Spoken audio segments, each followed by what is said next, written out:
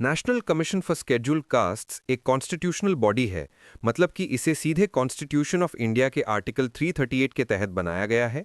इसी वजह से ये अन्य कमीशन से अलग है, जैसे national commission for women 1992, national commission for minorities 1993, national human rights commission 1993 और national commission for protection of child rights 2007।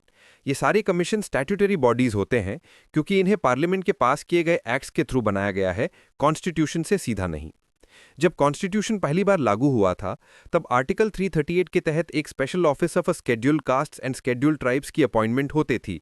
इन्हें कमिश्नर फॉर एससीज एंड एसटीज कहा जाता था और उनका काम एससीज और एसटीज को दिए गए सेफगार्ड्स की वर्किंग को इन्वेस्टिगेट करना और उसके बारे में प्रेसिडेंट को रिपोर्ट करना था।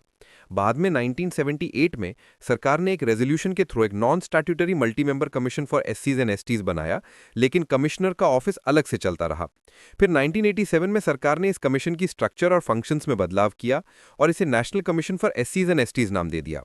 फिर एक बड़ा परिवर्तन 65th कॉन्स्टिट्यूशनल अमेंडमेंट एक्ट 1990 से आया, जिसमें स्पेशल ऑफिसर को रिप्लेस करके एक multi member national commission for एससीज एंड एसटीज बनाया गया। ये नया कॉन्स्टिट्यूशनल बॉडी पहले के कमिश्नर और 1987 वाले कमीशन दोनों की ड्यूटीज को अपने अंदर ले आया। बाद में 89th कॉन्स्टिट्यूशनल अमेंडमेंट एक्ट 2003 के थ्रू इस कंबाइंड कमीशन को दो अलग अलग इंडिपेंडेंट बॉडीज में डिवाइड कर दिया गया, एक शेड्यूल्ड कास्ट्स के लिए आर्टिकल 338 और एक शेड्यूल्ड ट्राइब्स के लिए article 338A। National commission for scheduled castes एक अलग बॉडी के रूप में 2004 से काम करने लगा। इस कमीशन में 5 मेंबर्स होते हैं, एक चेयरपर्सन, एक वाइस चेयरपर्सन और 3 अन्य मेंबर्स। इन सभी को प्रेसिडेंट ऑफ इंडिया अपने वारंट के जरिए अपॉइंट करते हैं और उनकी सर्विस कंडीशंस और टेन्योर भी प्रेसिडेंट ही डिसाइड करते हैं। कमीशन का मुख्य काम शेड्यूल्ड कास्ट्स के हितों की रक्षा करना और उनके लिए बनाए गए सेफगार्ड्स को सही तरह इंप्लीमेंट करवाना है। इसके लिए कमीशन एससीज के लिए दिए गए कॉन्स्टिट्यूशनल और लीगल सेफगार्ड्स पर नजर रखता है, उनकी वर्किंग को इवैल्यूएट करता है और एससी कम्युनिटी से जुड़ी स्पेसिफिक कंप्लेंट्स को भी इंक्वायर करता है, जैसे उनके राइट्स या सेफगार्ड्स का डिनायल।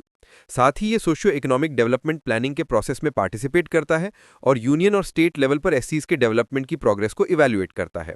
कमीशन हर साल और जब भी जरूरी समझे प्रेसिडेंट को रिपोर्ट्स भेजता है, जिसमें यह बताया जाता है कि सेफगार्ड्स कैसे काम कर रहे हैं और अपनी फाइंडिंग्स के बेसिस पर यह यूनियन और स्टेट गवर्नमेंट्स को रिकमेंडेशन देता है कि एससीज के वेलफेयर, प्रोटेक्शन और सोशियो इकोनॉमिक डेवलपमेंट को बेहतर बनाने के लिए क्या क्या कदम उठाए जा सकते हैं।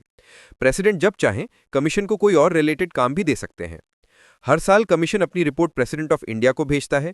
प्रेसिडेंट फिर इस रिपोर्ट को पार्लियामेंट के सामने रखता है। साथ ही एक एक्सप्लेनेटरी मेमोरेंडम जिसमें बताया जाता है कि कमीशन की रिकमेंडेशंस पर क्या एक्शन लिया गया और अगर कोई रिकमेंडेशन एक्सेप्ट नहीं हुई तो उसका रीजन भी दिया जाता है। अगर रिपोर्ट का कोई हिस्सा किसी पर्टिकुलर स्टेट से जुड़े मुद्दे पर हो तो प्रेसिडेंट उस हिस्सा को उस स्टेट के गवर्नर को भेजते हैं, जो फिर इसे स्टेट लेजिस्लेचर के सामने रखते हैं एक मेमोरेंडम के साथ, जिसमें एक्शन टेकन और नॉन एक्सेप्टेंस के रीजंस दिए होते हैं। कमीशन को अपना प्रोसीजर खुद बनाने का अधिकार है।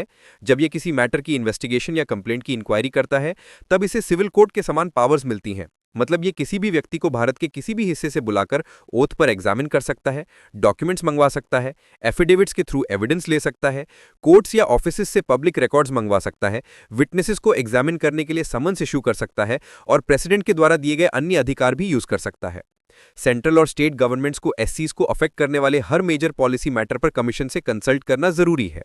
इंटरेस्टिंग बात यह है कि कमीशन का काम एंग्लो इंडियन कम्युनिटी के लिए भी वही है जो एससीज के लिए है, मतलब उनके कॉन्स्टिट्यूशनल और लीगल सेफगार्ड्स की वर्किंग को इन्वेस्टिगेट करना और प्रेसिडेंट को रिपोर्ट करना।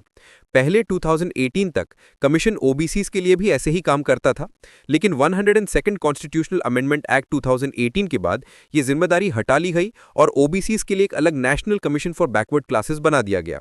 इस तरह national commission for scheduled castes एक इंपॉर्टेंट कॉन्स्टिट्यूशनल वॉचडॉग के रूप में काम करता है, जो एससीज की प्रोटेक्शन, वेलफेयर और प्रोग्रेस को इंश्योर करता है और सरकार और पार्लियामेंट को एडवाइस देता है ताकि देश को और ज्यादा समान और न्यायपूर्ण बनाया जा सके।